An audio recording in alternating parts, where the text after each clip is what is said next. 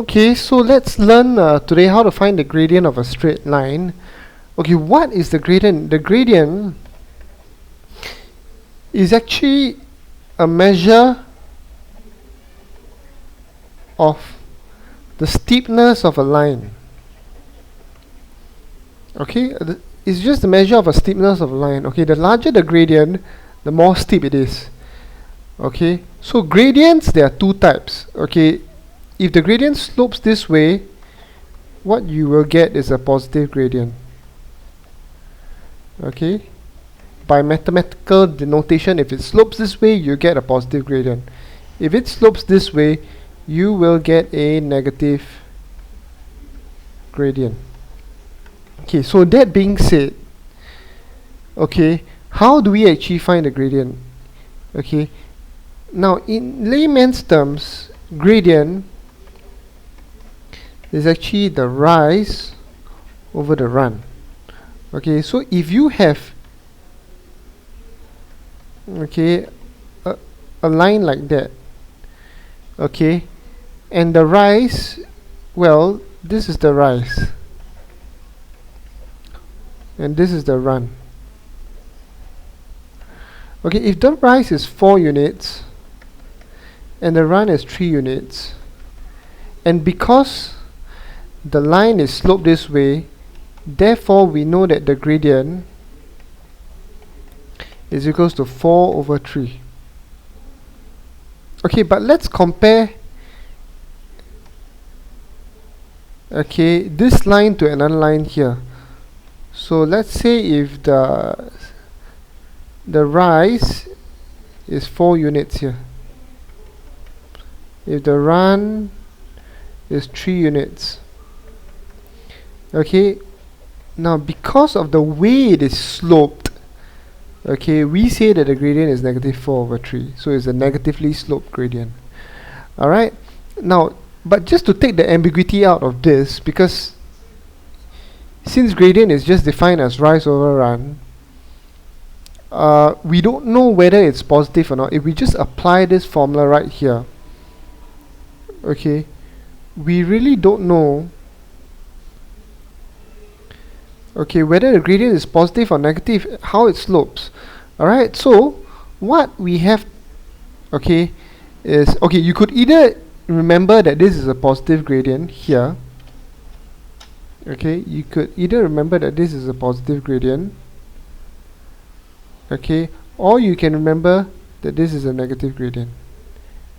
Okay, and apply this very layman formula that we have here.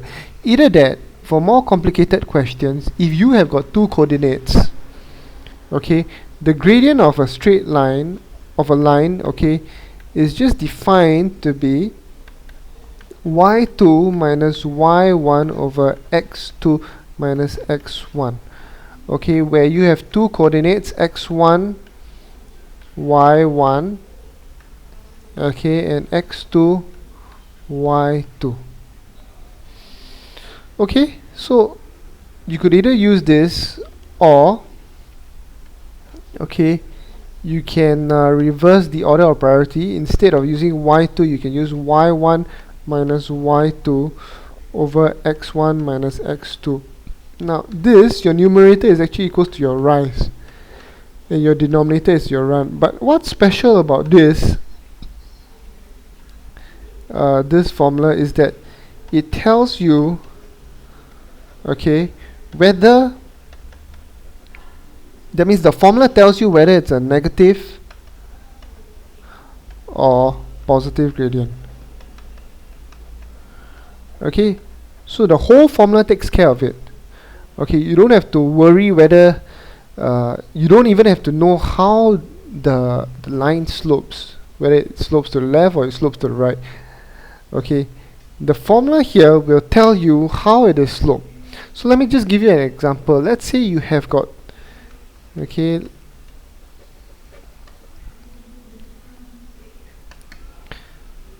alright, let's say you have 2 points, A, which is 2, 5, okay, and B, 4, 9.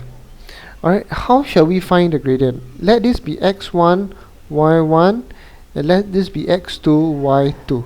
Okay, it's up to you how you want to denote it. If this is coordinates 1, this shall be coordinates 2. It's as simple as that. Okay, so let's apply the formula here. Okay, let's take 9 minus 5 over 4 minus 2, y2 minus y1 over x2 minus x1. 9 minus 5 is 4, 4 minus 2 is 2, so your gradient is 2. So in this particular case, you know that your gradient slopes this way. So it's a positive gradient. Well, because the formula says so. Alright, so you should know, you should know that this formula is actually more useful for the really tougher questions. Alright.